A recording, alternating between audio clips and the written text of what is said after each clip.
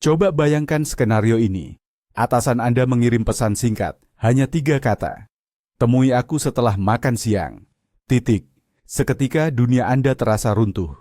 Ratusan skenario buruk berkelebat di kepala. Apakah saya akan dipecat? Apakah saya membuat kesalahan besar? Apa yang salah saya lakukan? Nafsu makan hilang total, jantung berdebar kencang, dan suasana hati langsung anjlok. Lalu Anda masuk ke ruangan dan ternyata atasan Anda hanya meminta bantuan untuk presentasi. Akrab, kan? Tapi bagaimana jika saya katakan bahwa masalahnya bukanlah pada pesan dari atasan, melainkan pada cerita yang Anda ciptakan sendiri? Bagaimana jika ada cara untuk mengendalikan reaksi Anda terhadap situasi apapun? Hari ini, kita akan mengungkap rahasia yang ditemukan oleh seorang filsuf Buddha kuno bernama Epictetus. Sebuah kalimat sederhana yang dapat mengubah cara Anda memandang dunia dan memberikan kedamaian batin sejati. Bersiaplah. Setelah video ini, pikiran Anda tidak akan lagi menjadi musuh Anda. Sebelum kita menyelam lebih dalam, mari kita sejenak kembali ke masa Romawi kuno. Di sana, hampir 2000 tahun yang lalu, hiduplah seorang pria bernama Epictetus. Kisah hidupnya sendiri adalah pelajaran tentang ketahanan mental. Ia terlahir sebagai budak, dan sejak kecil harus menanggung kesulitan serta kekejaman. Bahkan, suatu ketika tuannya mematahkan kakinya karena marah, membuat Epictetus pincang seumur hidup. Namun, bahkan dalam perbudakan, ia menemukan sesuatu yang tidak bisa diambil siapapun darinya, kebebasan pikirannya. Setelah dimerdekakan, ia menjadi salah satu filsuf Stoa terhebat, bersanding dengan Kaisar Marcus Aurelius dan dramawan Seneca. Ajarannya bukanlah teori yang rumit, itu adalah sistem praktis untuk bertahan hidup dan berkembang di dunia yang kejam. Dan inti dari sistem ini terletak pada satu pemikiran sederhana non-genius yang akan kita bahas sekarang. Nah, inilah dia frasa kuncinya, inti dari stoicisme. Bukan peristiwa yang mengganggu manusia, melainkan penilaian mereka terhadap peristiwa itu. Mari kita bedah kalimat ini. Bayangkan sebuah peristiwa hanyalah sebuah fakta. Contohnya, hujan turun. Ini tidak baik, tidak juga buruk. Ini hanya air yang jatuh dari langit. Tapi disinilah pikiran kita, hakim internal kita, mulai bermain dan mengeluarkan putusan. Satu orang berpikir, bagus, hujan, udara jadi segar, dan tanaman saya pasti senang. Dia merasakan kegembiraan. Orang lain berpikir, aduh, sialan hujan, rencana piknik saya gagal, sekarang saya harus duduk di rumah dengan murung. Dia merasakan frustrasi dan kesedihan. Perhatikan, peristiwanya sama, hujan, tapi reaksi emosionalnya sangat bertolak belakang. Kenapa? Karena hal itu bukan disebabkan oleh hujan, melainkan oleh penilaian atau evaluasi yang diberikan masing-masing orang terhadap fakta netral tersebut. Inilah langkah pertama menuju kebebasan, menyadari bahwa ada jeda antara peristiwa dan emosi Anda, dan di dalam jeda itulah terletak kekuatan super Anda, kekuatan untuk memilih penilaian. Mari kita telaah lebih dalam tentang konsep penilaian atau judgment. Sebenarnya, apa itu? Dalam konteks stoicisme, penilaian bukanlah sekadar sebuah pikiran. Penilaian adalah sebuah cerita yang kita buat sendiri tentang suatu kejadian. Ini adalah label yang kita tempelkan pada peristiwa tersebut. Ini adalah interpretasi kita. Sebuah kejadian hanyalah kanvas yang masih kosong. Penilaian adalah cat yang kita gunakan untuk melukisnya. Ambil contoh, teman Anda tidak membalas pesan. Itu adalah fakta. Namun Anda bisa memilih untuk melukis sebuah gambaran di benak Anda. Dia mengabaikan saya tidak penting baginya, persahabatan kami sudah berakhir. Gambaran ini tentu akan memicu rasa sakit hati dan kecemasan. Atau Anda bisa melukis gambaran yang berbeda. Mungkin dia sedang sibuk, atau dia belum sempat melihat pesan itu. Dia akan membalas ketika dia luang. Gambaran yang ini akan menjaga ketenangan Anda. Penilaian adalah kebiasaan mental. Kita begitu sering dan begitu cepat menempelkan label baik dan buruk pada segala hal, sampai-sampai kita tidak menyadari proses itu sedang terjadi. Oleh karena itu, kaum Stoa mendesak kita untuk melambat dan melihat label-label ini secara sadar sebelum label itu melekat kuat pada realitas dan mulai mengendalikan emosi kita. Dari mana sebenarnya penderitaan kita berasal? Epictetus menyatakan bahwa penderitaan itu lahir dari perlawanan yang sia-sia terhadap kenyataan. Kita menderita ketika kita menuntut agar dunia harus sesuai dengan semua ekspektasi kita. Saat kita berteriak pada hujan agar berhenti, kita bukan hanya terlihat konyol, kita sebenarnya sedang menyakiti diri sendiri. Kita juga menderita saat marah pada kemacetan di jalanan. Seolah-olah kemarahan kita bisa membuat mobil bergerak lebih cepat. Kita ingin dunia ini berbeda, padahal kenyataannya adalah seperti ini. Benturan antara keinginan kita dan realitas yang tak terhindarkan, inilah sumber utama frustrasi, amarah, dan kekecewaan. Seorang Stoa tidak mencoba mengubah dunia dengan kekuatan kemauannya. Dia mengerti bahwa itu mustahil. Sebaliknya, ia mengubah satu-satunya hal yang ada di bawah kendalinya, yaitu penilaiannya. Dia tidak akan mengatakan, hujan ini buruk sekali, seharusnya tidak turun. Sebaliknya, dia akan berkata, hujan sedang turun. Bagaimana cara terbaik saya memanfaatkan waktu ini? Inilah transisi sesungguhnya. Berpindah dari seorang pejuang yang menderita melawan ilusi, menuju seorang ahli yang bijaksana dalam mengendalikan hidupnya sendiri.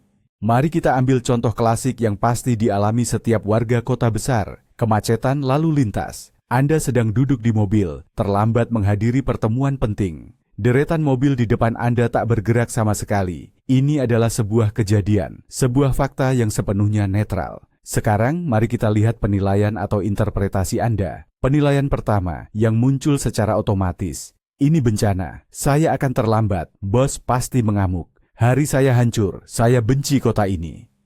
Emosi apa yang ditimbulkan oleh pikiran ini? Marah, stres, rasa tak berdaya. Jantung berdebar kencang, Anda mulai membunyikan klakson dan mengumpat. Tubuh dan pikiran Anda berada dalam kondisi perang melawan kenyataan. Sekarang, mari kita coba penilaian yang berbeda.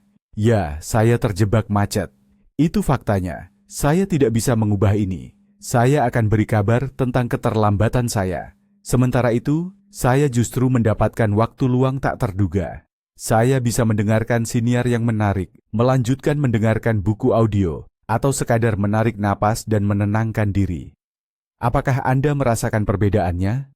Kemacetannya tidak hilang, tapi kondisi batin Anda berubah secara drastis. Anda beralih dari mode korban menjadi mode kendali atas apa yang benar-benar bisa Anda kuasai, yaitu persepsi Anda. Gagasan mengubah penilaian atau sudut pandang ini membuka mata kita terhadap kekuatan perspektif yang luar biasa. Pada dasarnya, kita bisa menjadi arsitek bagi emosi kita sendiri. Jika penilaian kita terhadap suatu kejadian membuat kita sengsara, kita bisa merombaknya. Contohnya, Anda kehilangan pekerjaan. Penilaian pertama, ini adalah akhir segalanya. Saya seorang pecundang dan saya tidak akan pernah mendapat pekerjaan yang lebih baik. Hasilnya adalah keputusasaan dan apati. Penilaian kedua, ini adalah tikungan tak terduga. Memang sulit, tapi ini adalah kesempatan emas untuk mencari pekerjaan yang benar-benar saya nikmati, atau bahkan memulai bisnis sendiri. Hasilnya adalah harapan dan motivasi. Ini tidak berarti kita harus menipu diri sendiri dan berpura-pura bahwa semuanya baik-baik saja. Padahal sebenarnya tidak. Artinya, kita harus mencari interpretasi yang konstruktif dan benar-benar berguna bagi diri sendiri. Tanyakan pada diri Anda, dengan cara apa lagi saya bisa melihat situasi ini? Pelajaran apa yang dapat saya petik? Kesempatan apa yang tersembunyi di baliknya? Seringkali, hanya dengan menanyakan hal-hal ini, kita sudah berhasil melonggarkan cengkeraman penilaian negatif dan membuka pintu bagi munculnya emosi yang lebih sehat dan produktif. Inilah yang disebut alkimia mental, mengubah timah kesulitan menjadi emas kebijaksanaan. Inti dari keseluruhan sistem ini adalah prinsip fundamental stoicisme, yang oleh Epictetus disebut dikotomi kontrol. Prinsip ini sederhana, sebagaimana semua ide jenius. Segala sesuatu di dunia ini terbagi menjadi dua kategori, hal-hal yang berada dalam kendali kita, dan hal-hal yang tidak. Yang sepenuhnya berada di bawah kendali kita adalah pikiran, penilaian, keinginan, dan tindakan kita. Singkatnya, seluruh dunia batin kita. Di luar kendali kita adalah hampir segala hal yang tersisa. Cuaca, kondisi ekonomi, masa lalu, orang lain, opini mereka, kesehatan kita, dan bahkan panjangnya hidup kita. Menurut kaum Stoa, kebahagiaan dan ketenangan akan datang ketika kita berhenti membuang energi untuk mencoba mengendalikan kategori kedua dan sepenuhnya fokus pada kategori pertama. Marah pada cuaca itu tidak masuk akal. Khawatir tentang apa yang dipikirkan orang lain itu sia-sia. Menyesali masa lalu itu tidak produktif. Semua itu adalah upaya untuk mengendalikan hal-hal yang memang tidak bisa dikontrol. Satu-satunya hal yang bisa Anda kendalikan 100% adalah bagaimana Anda memilih untuk menyikapi dan memikirkan semua itu. Dan inilah, menurut Epictetus, satu-satunya hal yang benar-benar penting. Mari kita coba terapkan dikotomi kontrol ini pada isu yang sangat sensitif, yaitu kritik. Bayangkan, seseorang melontarkan kata-kata yang menyakitkan atau menulis komentar jahat di internet. Itu adalah sebuah kejadian, dan peristiwa itu sepenuhnya berada di luar kendali Anda. Anda tidak bisa memaksa orang lain untuk berpikir atau berbicara berbeda tentang diri Anda. Nah, disinilah penilaian atau suara batin Anda mulai berperan. Opsi pertama, beraninya dia. Ini tidak adil. Pasti saya memang orang yang buruk, makanya mereka bicara seperti itu. Penilaian semacam ini akan benar-benar menghancurkan ketenangan Anda. Mengapa? Karena Anda menggantungkan kesejahteraan emosional Anda pada sesuatu yang tidak dapat Anda kontrol, yaitu opini orang lain. Sekarang, mari kita lihat opsi Stoa. Penilaian kedua. Orang ini baru saja menyampaikan opininya. Opini itu berada dalam kendalinya, bukan di kendali saya. Apakah kritik ini mengandung sedikit kebenaran yang bisa saya jadikan pelajaran? Jika ya, terima kasih atas saran gratisnya. Jika tidak, ini hanyalah kebisingan. Itu masalah dia, bukan masalah saya. Penilaian seperti ini akan memasang perisai yang tak tertembus antara dunia luar dan kedamaian batin Anda. Anda mengakui bahwa kata-kata itu ada, tetapi Anda menolak memberikan kekuatan atau kendali atas diri Anda kepada kata-kata tersebut. Ini bukan tentang menjadi tidak berperasaan, melainkan tentang menjadi tak terkalahkan. Kaum Stoa dikenal sebagai realis sejati. Mereka sama sekali tidak hidup dalam ilusi atau pandangan yang terlalu optimis. Sebaliknya, mereka justru mempraktikkan apa yang disebut premeditasi keburukan atau visualisasi negatif. Kedengarannya suram, tapi sesungguhnya ini adalah alat yang sangat ampuh untuk melatih penilaian dan pengambilan keputusan kita. Intinya adalah merenungkan jauh-jauh hari, apa saja kemungkinan terburuk yang bisa terjadi. Tujuannya bukan untuk membuat kita cemas atau panik, melainkan untuk mempersiapkan respons dan reaksi kita. Saat Anda berangkat ke bandara, bayangkan sejenak penerbangan Anda ditunda. Ketika akan menghadiri wawancara kerja, bayangkan Anda mendapat penolakan. Kenapa harus begitu? Agar, jika hal itu benar-benar terjadi, reaksi pertama Anda bukanlah, "Oh tidak, ini bencana," melainkan, "Oke, saya sudah mempertimbangkan kemungkinan ini. Ini memang menjengkelkan, tapi bukan akhir dari segalanya. Apa langkah saya selanjutnya?" Ketika Anda mempersiapkan diri untuk kesulitan jauh-jauh hari, kekuatan kejutan dari masalah tersebut akan hilang. Anda seperti sedang memberikan diri Anda vaksinasi dari rasa kecewa. Anda tidak perlu mengharapkan yang terburuk, tapi Anda sudah siap menghadapinya. Dan inilah keunggulan besar yang Anda dapatkan. Karena sebagian besar orang akan langsung panik dan hancur saat menghadapi masalah tak terduga. Sementara Anda dapat menyambutnya dengan pikiran yang tenang dan siap.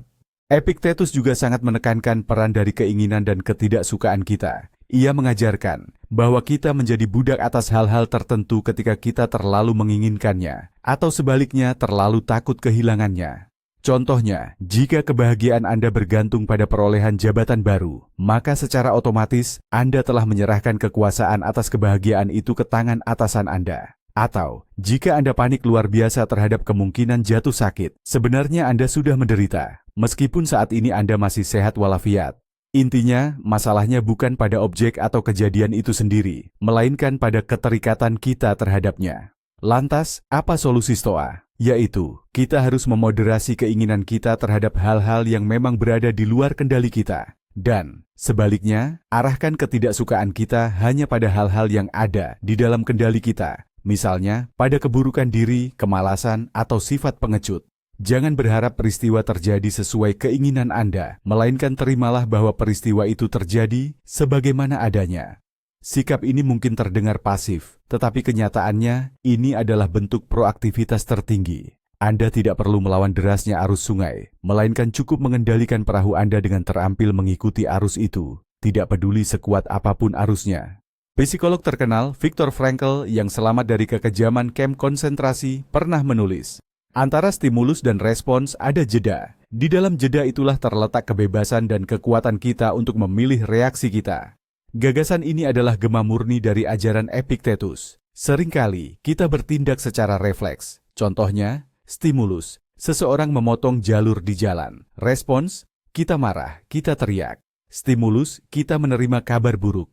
Respon, kita putus asa. Kita tidak menyadari celah ini, ruang penting untuk memilih ini. Tugas utama seorang praktisi Stoa adalah memperluas jeda tersebut. Ketika sesuatu terjadi, kita harus menekan tombol jeda mental, ambil napas, dan sebelum kita membuat penilaian atau buru-buru bereaksi, tanyakan pada diri sendiri, apa yang berada dalam kendali saya dan apa yang tidak. Penilaian seperti apa yang paling bermanfaat bagi diri saya.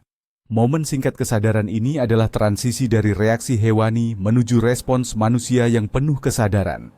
Setiap kali Anda berhasil menekan tombol jeda itu, Anda menjadi semakin bebas dan semakin tidak bergantung pada pemicu eksternal. Anda berhenti menjadi boneka keadaan dan menjadi penguasa sejati bagi pikiran Anda sendiri. Pilihan kata yang kita gunakan saat menjelaskan suatu kejadian sangatlah penting, karena dari situlah penilaian kita terbentuk. Coba bandingkan dua ungkapan ini. Yang pertama, ini bencana total, hidupku sudah berakhir. Yang kedua, saya menghadapi kesulitan besar, dan sekarang saya harus menyusun rencana tindakan. Keduanya mungkin menggambarkan situasi yang sama, misalnya saat dipecat dari pekerjaan. Namun, ungkapan pertama adalah vonis mati. Ia melumpuhkan dan menghilangkan harapan. Sementara ungkapan kedua adalah tantangan. Ia memobilisasi energi kita dan mengarahkan kita untuk mencari solusi. Para filsuf Stoa menganjurkan penggunaan bahasa yang tepat dan objektif. Daripada mengatakan, hari saya sungguh buruk, coba katakan, hari ini ada beberapa kejadian yang saya anggap tidak menyenangkan. Ini mungkin terdengar sepele, tetapi sebenarnya tidak. Dengan menghilangkan penilaian yang bersifat bencana dan penuh emosi dari ucapan Anda melatih otak untuk melihat sesuatu apa adanya tanpa tambahan lapisan drama. Anda berhenti menuangkan minyak ke dalam api emosi negatif Anda sendiri dan mulai melihat fakta yang bisa diatasi, bukannya tragedi yang hanya bisa ditangisi atau disesali. Mari kita luruskan satu kesalahpahaman umum yang populer. Banyak yang mengira stoicisme adalah ajaran untuk menjadi robot tak berperasaan, memendam semua emosi, dan memasang wajah datar seperti batu. Anggapan ini sepenuhnya keliru.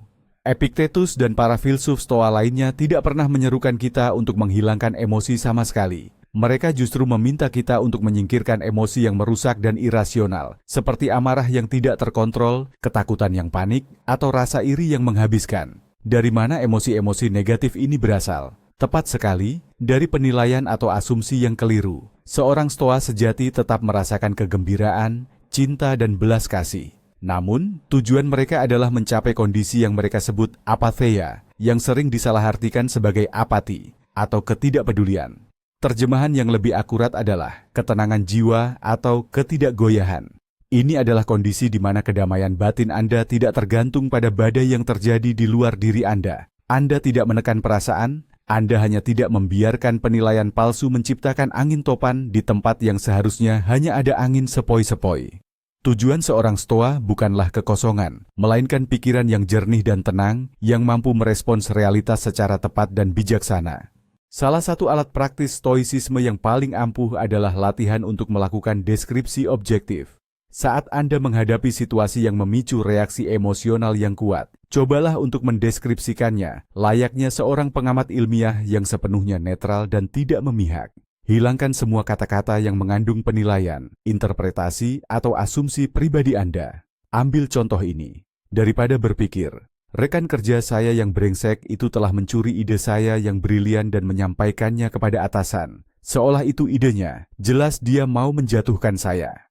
Coba formulasikan seperti ini. Saat rapat, rekan kerja saya menyampaikan sebuah ide yang serupa dengan ide yang pernah saya sampaikan sebelumnya. Atasan memuji ide tersebut. Rasakan perbedaannya. Kalimat pertama penuh dengan dendam, rasa sakit hati, dan dipenuhi asumsi tentang motif orang lain. Sesuatu yang mustahil Anda ketahui kebenarannya. Sementara yang kedua, ini hanyalah konstatasi fakta. Ketika Anda melihat fakta-fakta mentah, intensitas emosi akan mereda. Situasi tersebut tidak lagi terasa seperti akhir dunia, melainkan berubah menjadi masalah yang dapat diselesaikan. Mungkin Anda bisa bicara dengan rekan kerja itu, atau dengan atasan. Pandangan objektif membuka jalan menuju tindakan konstruktif, sementara penilaian emosional hanya menahan Anda dalam penjara rasa sakit hati.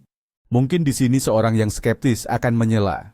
Oke, teori ini mungkin berlaku untuk kemacetan atau komentar pedas. Tapi bagaimana dengan tragedi sungguhan? Misalnya kehilangan orang yang dicintai, penyakit parah, atau pengkhianatan. Apakah kita masih harus menyebut ini sebagai peristiwa netral? Ini adalah pertanyaan yang sangat penting dan valid. Kaum Stoa tidaklah naif. Mereka tidak pernah menganjurkan kita untuk bersukacita atas sebuah tragedi. Mereka mengatakan bahwa bahkan dalam kondisi yang paling gelap sekalipun, kita tetap memiliki pilihan. Pilihan itu bukan berarti menolak rasa sakit, karena itu tidak manusiawi. Melainkan, pilihan terletak pada bagaimana kita menanggapi rasa sakit tersebut. Apakah kita akan membiarkannya menghancurkan kita hingga ke akar-akarnya? Atau, apakah kita akan menemukan kekuatan untuk melewati kesedihan itu, mengambil pelajaran, menemukan makna baru, dan terus menjalani hidup dengan bermartabat? Peristiwa itu sendiri, kehilangan, berada di luar kendali kita. Namun, reaksi kita, ketangguhan, keberanian, pencarian makna, sepenuhnya ada dalam kuasa kita. Filosofi Stoa bukanlah obat penghilang rasa sakit. Ia adalah sebuah instrumen untuk menemukan kekuatan dan martabat saat kita menghadapi penderitaan hidup yang tak terhindarkan. Salah satu sumber penderitaan kita yang utama adalah dikte dari kata harus. Kita hidup terpenjara oleh seperangkat aturan besar yang kita ciptakan sendiri tentang bagaimana seharusnya dunia ini beroperasi. Orang harus sopan, atasan harus menghargai kerja keras saya, cuaca harus cerah di hari libur saya, mobil tidak boleh rusak. Setiap kali realitas tidak selaras dengan daftar aturan buatan kita langsung dipenuhi amarah dan rasa frustrasi. Kita marah kepada dunia karena tidak mau tunduk pada perintah kita. Padahal dunia sama sekali tidak peduli dengan semua keharusan yang kita buat. Orang bisa saja bersikap kasar, atasan bisa saja tidak adil, cuaca bisa saja buruk. Kaum Stoa menyarankan kita mengganti kata harus dengan lebih memilih. Saya lebih memilih agar orang bersikap sopan, tapi saya sudah siap menerima kenyataan jika mereka ternyata tidak. Saya lebih memilih agar mobil saya tidak rusak, tapi saya sadar bahwa hal itu bisa saja terjadi. Penggantian ini menghapus unsur tuntutan dan rasa sakit hati dari perhitungan kita. Anda berhenti menjadi hakim yang selalu mengeluh dan mulai menjadi pemain yang adaptif dan fleksibel dalam sebuah permainan bernama kehidupan. Penting untuk menyadari bahwa penilaian yang kita miliki itu bukan sekadar tindakan sesaat, melainkan kebiasaan mental yang sudah mengakar kuat. Kita telah bertahun-tahun, bahkan berpuluh-puluh tahun, mempraktikkan pemberian label secara otomatis. Oleh karena itu, jangan berharap bahwa dengan membaca satu artikel atau menonton satu video, Anda akan langsung berubah menjadi sosok yang bijak dan tak tergoyahkan. Itu mustahil. Mengelola penilaian diri adalah latihan harian, semacam kebugaran mental atau mental fitness. Setiap kali Anda menangkap diri sendiri sedang bereaksi negatif secara otomatis, saat itulah Anda mendapatkan kesempatan untuk berlatih. Setiap kali Anda menekan tombol jeda dan secara sadar memilih penilaian yang lebih konstruktif, Anda sedang melatih otot kesadaran Anda. Awalnya ini akan terasa sulit. Otak Anda akan secara otomatis kembali ke kebiasaan lama, berlarut-larut dalam drama dan membesar-besarkan masalah. Namun, seiring berjalannya waktu dan latihan yang konsisten, penilaian baru yang lebih bijaksana akan menjadi naluri kedua Anda. Ingat, ini bukan lari cepat, sprint, melainkan maraton. Dan hadiah utama dalam maraton ini adalah kedamaian batin. Marcus Aurelius, sang kaisar Stoik, mengajukan sebuah latihan mental yang luar biasa kuat untuk mengubah sudut pandang yang ia sebut pandangan dari atas. The view from above. Saat Anda dilanda kecemasan karena suatu masalah, cobalah untuk terbang secara mental, melayang di atas situasi tersebut. Awali dengan melihat diri Anda, rumah, dan jalanan tempat tinggal Anda. Lalu, naiklah lebih tinggi dan amati kota Anda, negara Anda, hingga seluruh benua. Terbanglah lebih tinggi lagi, dan kini Anda melihat seluruh planet. Bola biru kecil yang melayang di tengah kehitaman kosmos yang tak terbatas. Sekarang, di bola dunia sekecil itu, cobalah cari masalah Anda. Seberapa besar masalah itu dalam skala planet, dalam skala tata surya, atau bahkan dalam skala keabadian. Latihan ini bukan bertujuan untuk meremehkan atau menghilangkan validitas perasaan Anda. Tujuannya adalah untuk melihatnya dalam perspektif yang sesungguhnya. Sebagian besar hal yang kita rasa sebagai kiamat atau akhir dari segalanya pada saat ini, sejatinya hanyalah sebutir debu kecil di atas kanvas keberadaan yang maha luas. Pandangan seperti ini membantu kita melepaskan diri dari emosi sesaat, sehingga kita dapat membedakan mana yang benar-benar penting dan mana yang sekadar keributan belaka. Salah satu sumber kecemasan yang paling sering kita alami adalah soal pendapat orang lain. Kita takut dihakimi, mendamba pengakuan, dan terus-menerus membandingkan diri dengan orang lain. Bagi para Stoik, ini adalah jebakan klasik. Apapun yang dipikirkan orang lain tentang Anda, itu sepenuhnya berada dalam kendali mereka. yang berarti itu di luar kendali Anda. Berusaha menyenangkan semua orang itu sama saja, seperti Anda mencoba mengendalikan cuaca. Itu adalah pemborosan energi yang sia-sia dan hanya akan menjadikan Anda tawanan dari penilaian orang lain. Epictetus pernah berkata, jika Anda ingin maju, bersiaplah untuk dianggap tidak tahu apa-apa dan bodoh dalam beberapa hal. Harga diri sejati harus datang dari dalam, dari kesadaran bahwa Anda telah bertindak benar dan menjalani hidup sesuai prinsip-prinsip Anda. Sementara apa yang dipikirkan orang lain tentang hal ini, itu sepenuhnya urusan mereka. Ketika Anda benar-benar memahami hal ini, Anda akan meraih kebebasan yang luar biasa. Anda akan bebas mengatakan apa yang Anda anggap benar dan melakukan apa yang Anda yakini perlu, tanpa harus terus-menerus terikat pada mata para hakim yang ada di sekitar Anda. Rasa syukur adalah penawar paling ampuh untuk melawan penilaian negatif yang destruktif. Secara bawaan, otak kita memang terprogram untuk mencari masalah dan ancaman. Ini adalah mekanisme evolusioner demi kelangsungan hidup. Itulah mengapa kita sangat mudah melihat segala sesuatu yang salah, sementara menganggap remeh atau biasa saja hal-hal baik yang kita miliki. Praktik bersyukur secara sadar mengalihkan fokus ini. Alih-alih meratapi mobil yang rusak, sebuah penilaian negatif terhadap suatu peristiwa, kita bisa bersyukur karena masih punya kaki untuk berjalan, atau karena tersedianya transportasi umum. Daripada marah-marah karena hujan, bersyukurlah karena kita punya atap untuk berteduh. Dengan secara rutin, misalnya setiap pagi atau malam, mengingat dan menuliskan hal-hal yang patut disyukuri, kita melatih otak untuk membentuk penilaian yang lebih positif. Kita mulai melihat kelimpahan, bukan kekurangan. Ini tidak berarti masalah kita hilang. Namun, ini menciptakan latar belakang positif yang kuat, di mana segala kesulitan akan terasa jauh lebih ringan untuk dihadapi. Intinya, apa yang ditekankan oleh Epictetus adalah jalan menuju bentuk kebebasan yang paling hakiki. Bukan kebebasan politik atau finansial, melainkan kebebasan batin. Epictetus, sang budak, jauh lebih bebas daripada banyak kaisar, karena ia memahami satu hal, bahwa tidak ada seorang pun dan tidak ada satu hal pun yang dapat memaksanya untuk berpikir dengan cara tertentu. Mereka bisa mengambil tubuhnya, hartanya, bahkan nyawanya. Tetapi kemampuannya untuk menilai dunia batinnya, benteng akal budinya, semua itu tetap tak tersentuh. Ketika kita menyadari bahwa penderitaan kita tidak diciptakan oleh dunia, melainkan oleh reaksi kita terhadapnya, kita telah mengambil kembali kekuasaan dunia atas kebahagiaan kita. Kita tidak bisa lagi diancam, diintimidasi, atau digoyahkan keseimbangan mentalnya di luar kehendak kita. Badai di luar mungkin terus mengamuk, tetapi di dalam diri kita, ketenangan akan berkuasa. Inilah kesederhanaan yang jenius dan kekuatan stoikisme yang tak terpatahkan. Kekuatan ini tersedia bagi kita semua, di sini dan saat ini juga. Kita hanya perlu membuat pilihan itu. Lantas, apa kesimpulan utamanya dari pembahasan kita ini?